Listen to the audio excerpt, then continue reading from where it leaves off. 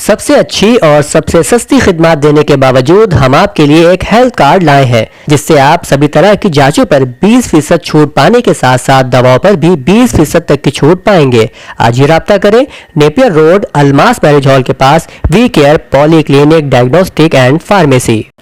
ناظرین آداب، 2 مارچ 2021 مطابق 17 رجب المرجب کے اودھ نامہ وائس ایڈیشن میں آپ کا خیر مقدم ہے۔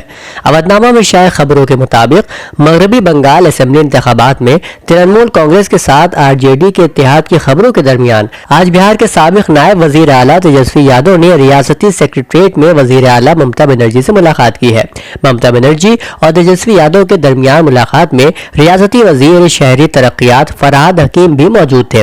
اس سے قبل تیجسوی یادو نے کہا کہ راشٹریہ جنتا دل کے سپریمو لالو پرساد یادو نے بنگال میں ترنمول کانگریس کی حمایت کرنے کا فیصلہ کیا ہے۔ انہوں نے کہا کہ ہمارا مقصد بی جے پی کو اقتدار میں آنے سے روکنا ہے۔ ممتا بنرجی کو جہاں بھی ضرورت ہوگی ہم وہاں ان کی مدد کریں گے۔ دلچسپ بات یہ ہے کہ اتر پردیش کے سابق وزیر اعلیٰ اکھلیش یادو نے بھی ممتا بنرجی کی حمایت کا اعلان کیا ہے۔ محکمہ اقلیتی بہبود اور وقف اتر پردیش سنی سینٹرل بورڈ کے الیکشن کی خاطر جزوی الیکشن کے لیے ترمیم کر دی گئی ہے۔ اس ضمن میں محکمے کے ذریعے نوٹیفیکیشن جاری کر دیا گیا ہے۔ اتر پردیش سنی سینٹرل وقف بورڈ لکھنؤ کے الیکشن کے لیے نوٹیفیکیشن پروگرام کے تحت اب نام ہدایت درخواستوں کی واپسی 5 مارچ کو 11 بجے سے 5 بجے تک ہو سکے گی۔ الیکشن لڑنے والے امیدواروں کی فہرست کا اعلان 6 مارچ کو کیا جائے گا۔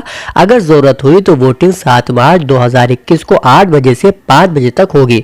ووٹ کی گنتی 7 مارچ کو 4 بجے سے ہوگی۔ اسی دن 7 مارچ کو ہی ووٹ کی گنتی ختم ہونے کے بعد نتائج کا اعلان کر دیا جائے گا۔ ایک اور خبر کے مطابق ملک میں کورونا ٹیکہ کاری کا دوسرا مرحلہ شروع ہونے پر وزیر اعظم نریندر مودی نے آج کووڈ-19 سے بچاؤ کے لیے کورونا ویکسینیشن کی خوراک لی ہے۔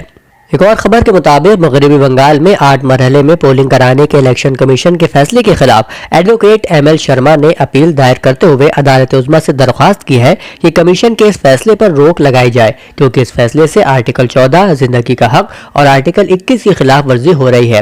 بتا دیں کہ 26 فروری کو الیکشن کمیشن نے مغربی بنگال، آسام، کیرالہ، تمل ناڈو اور پڈوچیری میں اسمبلی انتخابات کے شیڈول کا اعلان کیا تھا۔ وہیں بہار کی نتیش حکومت نے اپنا بڑا انتخابی وعدہ پورا کرتے ہوئے فیصلہ کیا ہے کہ سبھی سرکاری اور پرائیویٹ اسپتالوں میں مفت کورونا ٹیکہ لگایا جائے گا۔